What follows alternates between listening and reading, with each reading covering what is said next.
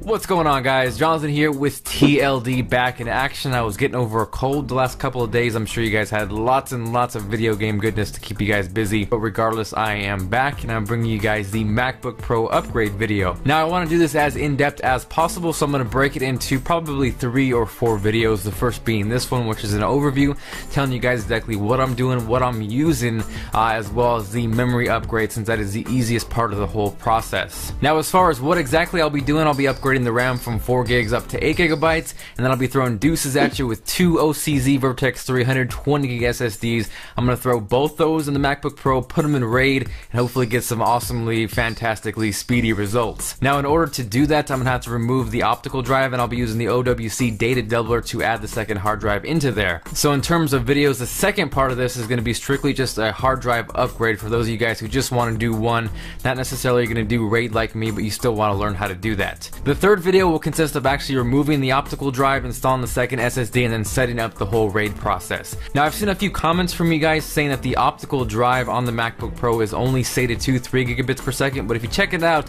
it is indeed in fact SATA 3 6 gigabits per second. You guys can see the screenshot right here, so we should get some very tasty speedy results from this RAID setup. With that being said, the first steps of this whole process is upgrading the RAM, which is probably the easiest thing you can do to your MacBook Pro. First thing you're gonna do is make sure the MacBook Pro is powered off. Then you're gonna flip it upside down. Preferably you want to lay it on something soft like a blanket or a towel. I didn't do that, so don't follow these directions here. Then there's gonna be 10 total screws you're gonna need to pull out. You'll need a Phillips screwdriver as seen here. Through the magic of video, we're gonna fast forward, and once you get those off, you're gonna remove the lid. You might need to force it a little bit, but don't be scared, it's not gonna break. And then from there, once everything's exposed, we can see the RAM. All we're gonna do is pop the old modules out like so. Then we're gonna install the new RAM module. So what you're gonna do is pop it in there, and you're gonna hear a little click. That means you put it in there right. That's what she said. Do the same thing for the second module, and now you're pretty much done. So we're gonna go reverse order, put the lid back on, put all the screws back in there, and the last step you want to do is boot up and go to the system info just to make sure that the RAM posts. If it didn't, you can open it up, just make sure it's installed there correctly, but more than likely it should be okay. So that wraps it up. Hopefully you guys enjoyed this video. If you haven't done so already, feel free to subscribe. For my current subscribers,